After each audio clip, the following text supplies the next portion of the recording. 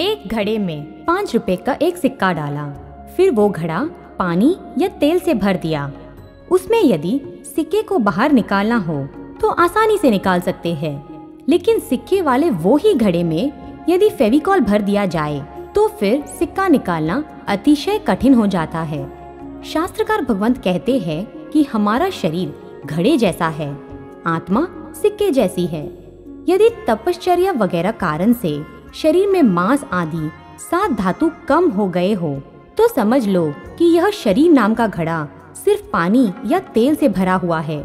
मौत के वक्त जब ऐसे शरीर में से आत्मा निकलती है तो उसको कम पीड़ा होती है, यानी कि आत्मा को शरीर में से निकलते वक्त ज्यादा तकलीफ नहीं होती।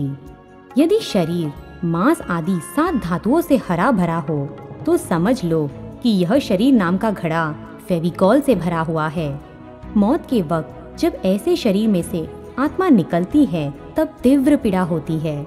शरीर में डॉक्टर इंजेक्शन लगाए, शरीर में कोई खूनी छुरी मारे, इन दोनों में होने वाली पीड़ा में कितना अंतर है ना। बस ऐसा ही अंतर ये 2 पीड़ा में होता है। हाँ, ये जरूर हो सकता है कि कोई आत्मा कम पीड़ा में भी अप्रसन्नता से मरे और कोई आत्मा तीव्र पीड़ा में भी प्रसन्नता से मरे। हम एक दृष्टांत देखते हैं। मान लो कि भारत श्रीलंका की मैच है। श्रीलंका ने 400 रन किए हैं। भारत 400 रन करके जीत तो सकता है, लेकिन यह कठिन काम है। लगभग तो ऐसी मैच में भारत हारेगा ही, कभी कभी जीत भी जाए। पुष्ट शरीर वाले को मृत्यु के वक्त तीव्र पीड़ा होगी ही। यदि आत्मा अति उत्तम हो तो वो तीव्र पीड़ा में भी हंसते रहेंगे, यानी कि तीव्र पीड़ा को जीत कर सद्गति प्राप्त कर लेंगे। लेकिन ऐसी संभावना बहुत ही कम होती है। लगभग तो तमाम आत्मा तीव्र पीड़ा के सामने हार जाते हैं। न उनका मन नवकार में लगता है, न उनका मन गुरु के उपदेश में लगता है, न उनका मन शुभ विचारों में लगता है। तीव्र पीड़ा के आर्त ध्यान में ही उनकी मौत हो जाती है। यह है तीव्र पीड़ा के सामने हार। फल मिलेगा दुर्गति। पहली, खंदक मुनि के शरीर की चमड़ी उतारी गई, अति घोर पीड़ा, फिर भी प्रसन्नता। दूसरी, गजस कुमाल के सिर पर आग लगाई गई, अति घोर पीड़ा, फिर भी समता। तीसरी, अवंती सुकुमाल के 2 पैर लोमड़ी और उसके बच्चे ने खा लिए, अति घोर पीड़ा, फिर भी मस्ती। लेकिन ऐसी महान आत्मा तो लाखों में एक ही होती है। मान लो कि श्रीलंका ने 200 रन बनाए हैं तो यहाँ पर भारत का जीतना आसान है। लगभग तो भारत जीतेगा ही। हाँ, कभी कभी ऐसा भी हो जाए कि भारत 200 रन भी ना कर पाए और हार जाए। तपश्चर्या आदि से दुबले पतले शरीर वाले को मौत के वक्त कम पीड़ा होती है। आत्मा उस कम पीड़ा में प्रसन्न रह पाती है। नमस्कार महामंत्र में अपना मन लगा सकते हैं। गुरु के उपदेश में लीन हो सकता है। शुभ भावना भा सकते हैं। बस यही तो है आत्मा की जीत। फल मिलेगा सद्गति। इसीलिए जैन शास्त्रों में कहा गया है कि जब आपको लगे कि अभी उम्र होने को आई है, मौत थोड़े ही साल दूर है, तो 12 साल पहले तपश्चर्या चालू कर देना। धीरे धीरे तेरा शरीर दुबला पतला हो जाएगा। धीरे धीरे तपश्चर्या करने से तुझे कठिन भी नहीं लगेगा। 12 साल की यह साधना को संलेखना कहते हैं। उसके बाद यदि मौत आती है तो उसमें पीड़ा कम होती है, तो तू शांति से प्रसन्नता से मर पाएगा, शुभ गति प्राप्त कर पाएगा। कभी कभी ऐसा भी हो जाए कि मौत के वक्त पीड़ा कम हो तो भी जीव किसी भी कारण से दुष्ट भावों में मरे तो वो अशुभ गति में चला जाए। परमात्मा हमारे कितने उपकारी है। परमात्मा ने जीना तो सिखाया, साथ साथ में हमारा परलोक न बिगड़े इसीलिए मरने की भी विधि बताई। इतना जरूर ध्यान रखना कि मरते वक्त पीड़ा कम हो तो भी जीव यदि दुर्ध्यान में हो तो उसके अनेक कारण हो सकते हैं। नंबर 1, पीड़ा कम है तो भी जीव उसको सहन नहीं कर पाया, इसीलिए आर्त ध्यान में चला गया। नंबर 2, पीड़ा तो सहन कर ली लेकिन किसी दूसरे जीव के प्रति दुश्मनी के भाव में डूब गया। जैसे कि चंड कौशिक का जीव पूर्व भव में साधु था, वह दूसरे साधु को मारने के अशुभ भाव में ही मर गया। नंबर 3, किसी के ऊपर राग हो गया और अशुभ भावों में मरा, जैसे एक श्रावक पत्नी के बालों में राग भावना के साथ मरा और वही बालों में लट बना। जैसे कि संभूति मुनि चक्रवर्ती की पत्नी पर गडरागी बने, उसकी प्रार्थना करते करते मरे, तो ब्रह्मदत्त चक्रवर्ती बनकर 7वीं नरक में गए। इसीलिए मौत के वक्त सिर्फ पीड़ा सहन न होने के ही कारण दुष्ट भाव होता है और वो ही अशुभ गति देता है। ऐसा नहीं है, उसके अलावा भी वैर भाव, राग भाव आदि दुष्ट भाव भी हो सकते हैं और वो दुर्गति का कारण बन सकते हैं। हम मुख्य बात पर आते हैं। यदि भारत मैच जीतना चाहता है तो उसको कितनी संभाल रखनी पड़ेगी। पहली, बॉलिंग और फील्डिंग इतने अच्छे ढंग से करनी कि श्रीलंका 200 से ऊपर रन बना ही ना पाए। दूसरी, उसके बाद भी एकदम सावधानी से बैटिंग करनी, ओवर कॉन्फिडेंस नहीं रखना। ऐसा नहीं सोचना कि 200 रन ही तो है, आसानी से कर लेंगे। दुश्मन को कभी भी कमजोर नहीं समझना। तीसरी, यदि बॉलिंग और फील्डिंग बराबर न हो पाई और श्रीलंका ने 400 रन बना दिए तो फिर घबराना नहीं, 400 रन करने की पूरी मेहनत करनी। ठीक उसी तरह यदि हम मौत को जीतना चाहते हैं तो इतनी संभाल रखनी है। नंबर 1, जीवन के अंतिम सालों में खाना पीना धीरे धीरे कम करना, तपश्चर्या से शरीर को दुबला बनाना, साथ साथ में ही किसी के भी साथ दुश्मनी नहीं रखना, किसी के ऊपर राग भाव नहीं करना। यह है हमारी अच्छी बॉलिंग और फील्डिंग। यदि ऐसा करेंगे तो मरते वक्त तीव्र पीड़ा ही नहीं होगी, दुश्मनी भाव की या राग भाव की संभावना भी नहीं होगी। हमारे लिए मौत जीतना आसान हो जाएगा। नंबर 2, उसके बाद भी एकदम सावधान रहना है। मौत के वक्त कभी कम पीड़ा में भी हम दुष्ट भाव वाले न बन जाए, अचानक कोई वैर भाव या कोई राग भाव खड़ा न हो जाए। ये चंचल मन का कोई भरोसा नहीं। नंबर 3, मान लो कि हम अच्छी बॉलिंग और फील्डिंग न कर पाए, यानी कि तपश्चर्या वगैरह से शरीर को दुबला पतला नहीं कर पाए और मौत नजदीक आ गई। अज्ञानता के कारण वैर भाव, राग भाव आदि में ही बहुत समय बिता दिया।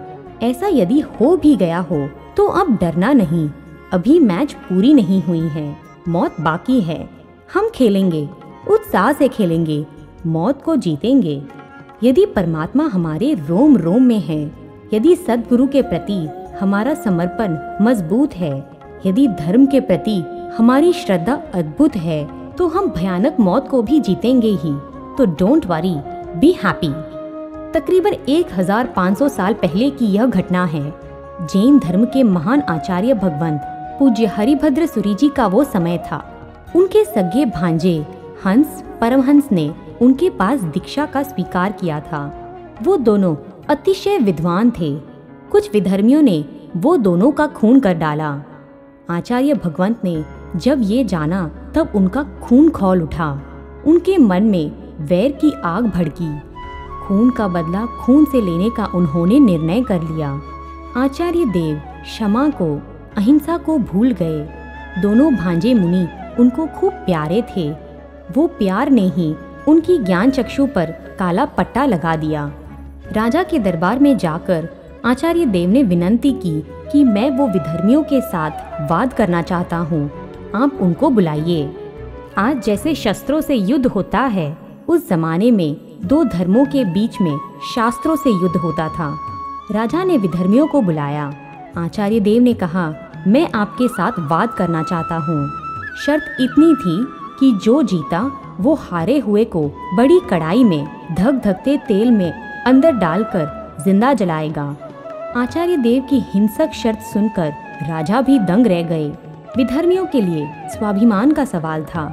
यदि वो वाद से मना करे तो दुनिया में जाहिर हो जाएगा कि विधर्मी डर गए, क्योंकि वे झूठे थे, उनका शास्त्र भी झूठा था। दूसरी बात, विधर्मी भी विद्वान थे, उनको भी अपने ज्ञान का गौरव था। उन्होंने हाँ कह दी। एक तरफ आचार्य हरिभद्र सूरी जी, दूसरी तरफ विधर्मी। विधर्मियों के पास वाद करने में सक्षम विद्वान 1, 2, 5 नहीं थे, 1444 थे। लेकिन आचार्य देव के सामने एक के बाद एक सब हार गए। शर्त के अनुसार बहुत बड़ी कढ़ाई में तेल गरम किया गया। विधर्मी घबरा गए। ऐसी भयानक मौत भला किसको मंजूर होगी? वो सब भागने लगे। आचार्य देव का क्रोध आज हद पार हो चुका था। बदले की भावना तीव्र बन चुकी थी। आचार्य देव विद्याओं के स्वामी थे। स्तंभनी विद्या का प्रयोग करके उन्होंने तमाम विधर्मियों को रोका। विद्या के प्रभाव से तमाम विधर्मी पत्थर की तरह वहां खड़े रह गए, भाग नहीं पाए। उसके बाद आचार्य देव ने आकर्षणी विद्या का प्रयोग करके एक विधर्मी को खींचा। विद्या के प्रभाव से वो विधर्मी अपने आप खींचा आया। आचार्य देव उसे तेल में डालने ही वाले थे, लेकिन उसी समय एक जैन साधु दौड़ता दौड़ता आ पहुंचा। आचार्य देव ने उसे पहचाना। वो साधु आचार्य देव के गुरु के पास से आया हुआ था। साधु ने आचार्य देव को पत्र दिया और कहा कि गुरुदेव ने आपको यह संदेश भेजा है। आचार्य देव ने पत्र पढ़ा। उसमें 3 श्लोक लिखे थे। उसमें गुणसेन और अग्नि शर्मा नाम की 2 आत्माओं की कहानी बताई गई थी। अग्नि शर्मा ने गुणसेन पर वैर भाव रखा तो वो भवो भव तक आगे बढ़ा। अग्नि शर्मा नरक वगैरह दुर्गति में घोर दुखों को सहता हुआ भटकता ही रहा। समझदार को इशारा काफी होता है। आचार्य देव का वैर भाव शांत हो गया। उन्होंने विधर्मियों को क्षमा दे दी, साथ ही उनके पास क्षमा मांगी। अपने गुरुदेव के पास जाकर इस पाप का प्रायश्चित मांगा। गुरुदेव ने कहा, वैसे तो तूने किसी को मारा नहीं, लेकिन मन से तो तूने 1444 विधर्मी की हत्या ही की है। तू ज्ञानी है, मैं तुझे तप का प्रायश्चित नहीं देता हूँ, लेकिन तुझे नए 1444 ग्रंथ की रचना करनी है। यही है तेरा प्रायश्चित। तेरे ज्ञान से जगत को लाभ होगा। आचार्य देव ने ग्रंथ की रचना शुरू की, लेकिन 2 प्रिय भांजे मुनियों की बार बार याद आती थी और वो शोक में डूब जाते। शास्त्रों की रचना करने का उत्साह मंद हो गया। तब शासन देवी ने प्रकट होकर कहा कि आप जैसे महान आचार्य देव 2 भांजे के विरह में संसारी लोगों की तरह रोते हो, वो तनिक भी उचित नहीं है। आपको तो इस संसार का, इस भव का विरह करना है। आप प्रायश्चित पूरा करोगे तो ही आपका पाप खत्म होगा, तो ही आप भव विरह पा सकेंगे। इसीलिए शोक छोड़ो। भव विरह पाने के लिए शास्त्रों की रचना में मन लगाओ। देवी की प्रेरणा से आचार्य देव शोक मुक्त हुए। उन्हें वो भव विरह शब्द हृदय को छू गया। फिर तो वो शास्त्र रचना में डूब गए। हर शास्त्र के अंत में वो भव विरह शब्द का प्रयोग करते, अपने लक्ष्य को याद करते। उन्होंने अपना उपनाम भव विरह ही बना दिया। एक बार उन्होंने ज्ञान का उपयोग रखा तो पता चला कि आयुष्य जितना बाकी है उतने में 1444 ग्रंथों की रचना करना कठिन है। वो उदास हो गए। एक ही रास्ता था, यदि वो रात को भी लिखना शुरू कर दे तो काम झड़प से हो पाए। आचार्य देव दिए का उपयोग करने के लिए तैयार नहीं थे। अग्नि के जीवों की हिंसा करके वो शास्त्र बनाना नहीं चाहते थे। यह सब बात ललिलंग नाम के श्रावक को पता चली। उसने आचार्य देव को एक रत्न दिया। कहा कि ये रत्न रात को प्रकाशित होता है, उसके प्रकाश में आप लिख पाओगे, हिंसा नहीं होगी और आपका काम भी हो जाएगा। अब तो क्या बाकी बचा? आचार्य देव दिन रात शास्त्रों की रचना करने में खो गए। अपने पाप धोने का भाव, शास्त्रों के पदार्थों में तल्लीनता का भाव, परोपकार करने का भाव, उनकी आत्मा सचमुच में खो गई। खाने पीने का भान ही उनको न रहा। एक दिन आया, 1443 शास्त्रों की रचना हो चुकी थी। सिर्फ एक ग्रंथ बनना बाकी था। मौत की घड़ी आ चुकी थी। आचार्य देव ने अंतिम छोटा सा ग्रंथ बनाना शुरू किया। संसार दावा नलदाह नीरम, एक गाथा की रचना की। भावाव नाम सुर दानव, दूसरे गाथा की रचना मुश्किल से की क्योंकि स्वास्थ्य बिगड़ता जा रहा था। बोधागाधम सुपद पदवी, तीसरे गाथे की रचना की। मौत के वक्त भी क्या कोई इतना सावधान रह सकता है? धन्य हो आचार्य देव को। चौथी गाथा बनानी शुरू की। आमूला लोल धूली बहुल परिमला लीढ़ लोलाली माला, इतना लिखा उन्होंने। आगे लिख नहीं पाए। सांस रुक गई और आचार्य हरिभद्र सूरी जी परलोक की यात्रा पर निकल गए। पूरा संघ इकट्ठा हुआ। यह अधूरा गाथा कौन पूरा करे? उनके जैसे ग्रंथ रचना की ताकत कहाँ थी किसी के पास। लेकिन चमत्कार हुआ। शासन देवी सहायक बने। सबके मुंह में से एक साथ शब्द बहने लगे, झंकारा राव सारा मलदल कमला। यह प्रभाव था देवी का। देवी गाथा के अंत में आचार्य देव का उपनाम रखना नहीं भूली। भव विरह विरम शब्द रख ही दिया।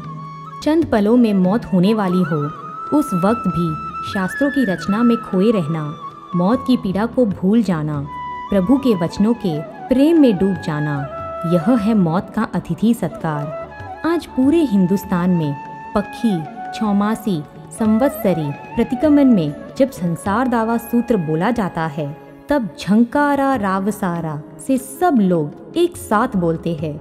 उसके पीछे का कारण यह आचार्य देव है।